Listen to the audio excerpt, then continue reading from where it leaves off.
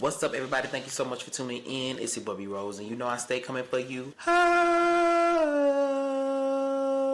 And I am back with another video. Okay, and today we are going to talk about how to get started on Poshmark. The last video I did 5 ways to make money online, just detailing how many ways you can make money online and what those different things were, and Poshmark was one of those things. So I wanted to make a video just detailing how to get started on Poshmark. So the first thing you're going to need is a smartphone or a camera. You can either do it on the website or you can do it through the app. You can do both options. So those are 2 things that you'll need. I am going to put my invite code below so that way you can click the link and it will take you directly to download the app, and you'll get $5 towards your first purchase on Poshmark if you join. And y'all drop your closet below if you start in a Poshmark or if you're just getting started into reselling online, so that way I can make sure to follow you back and I will share all of your items. Alright, so now that you've downloaded Poshmark, go ahead and create your username, create like whatever different type of items that you actually like or brands, etc. You can have all that information listed below for your closet.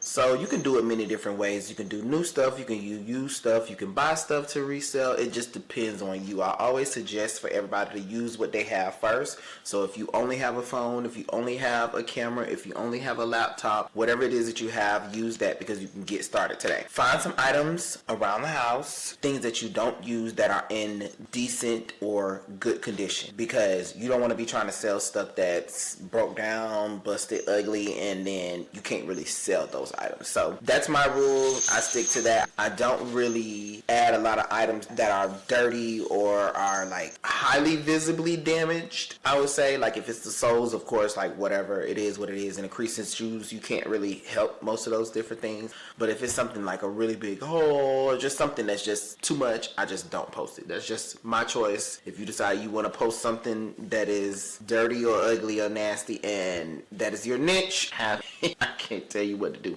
but that is my rule. I just wanted to share that with y'all so that way maybe some people thought that it was okay to sell stuff that was like dingy and dirty and dusty. Yeah, so I would suggest to wash your clothes also, because I don't know, I can't speak for everybody out there in the Poshmark world. I know that if there are used items, I make sure they're clean. If they're, whatever, I make sure they're sanitized, they're taken care of. I don't send out products that have a nasty odor. Once you find a couple of items, I would start off with maybe like 5 to 10. I would take pictures of those items in a very well lit area. I'll post some examples below so that way people can see what it should probably look like. That way y'all can check it out. And you'll also have a link to my page as well, so y'all will be able to see what my page looks like. Now, all my pictures are not perfect, but I try my best. I do the best with what I got. Okay, it's visible, and I also use the function to make a video. Like, I do a small video. It may not be long. It's probably like, they only allow you maybe like 3 to 8 seconds. You want to give people a visual of whatever it is that they buy in, so that way they want to buy it. You want to entice people to buy it, so I always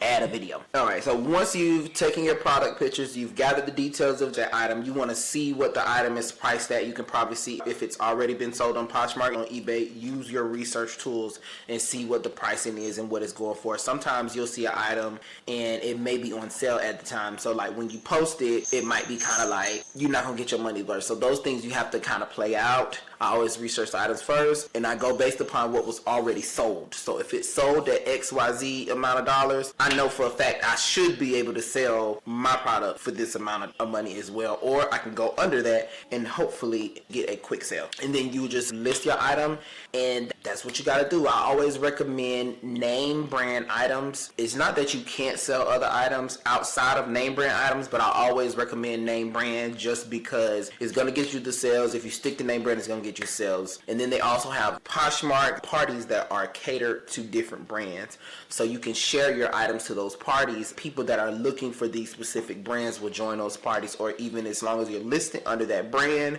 then you will be able to be seen by whoever is searching for that specific brand. Alright, so now the only last thing you have left to do is engage. Now, Poshmark is definitely a selling platform, but it has a community inside of it. So you want to engage. And I'm going to give you some of those tools that I use in order to make my sales and how I got started. So the first things first, you have to share your closet as consistently as you can, because you want people to come to your store and see, okay, this person at least is updating. If this person is updating, they'll most likely ship out my item on time. Some people don't share their closet at all, and it might say closet hasn't been shared since November 2024. Like, who's going to want to buy something from somebody and they have not been on the platform or shared the item or looked active since November of 2024? I'm probably not going to get that item. So I'm not even going to bother trying, because if you're not checking your Poshmark, you're probably not checking your emails. Like, I'm not going to be bothered with that.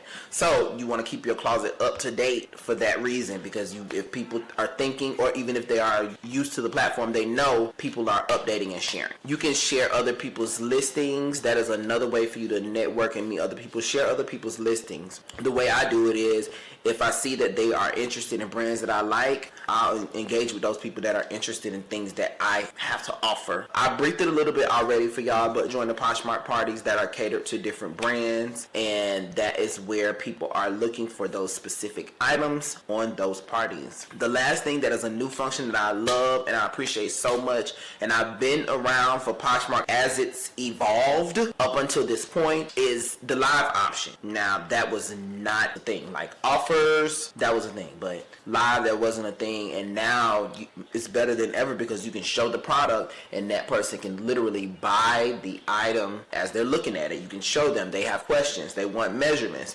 whatever it is that they need, they can get it done in real time, and you be able to reel in and hone in on that lead and close the sale. So that is the thing that I love about Poshmark Live. And I think I covered everything. If I missed something, if you have questions, please let me know. Drop a comment below, like, comment, subscribe. I want to get in and get out, get right to things. And yeah, I appreciate y'all so much for tuning in to another video. It's your boy B Rose, and I stay coming for you, ho.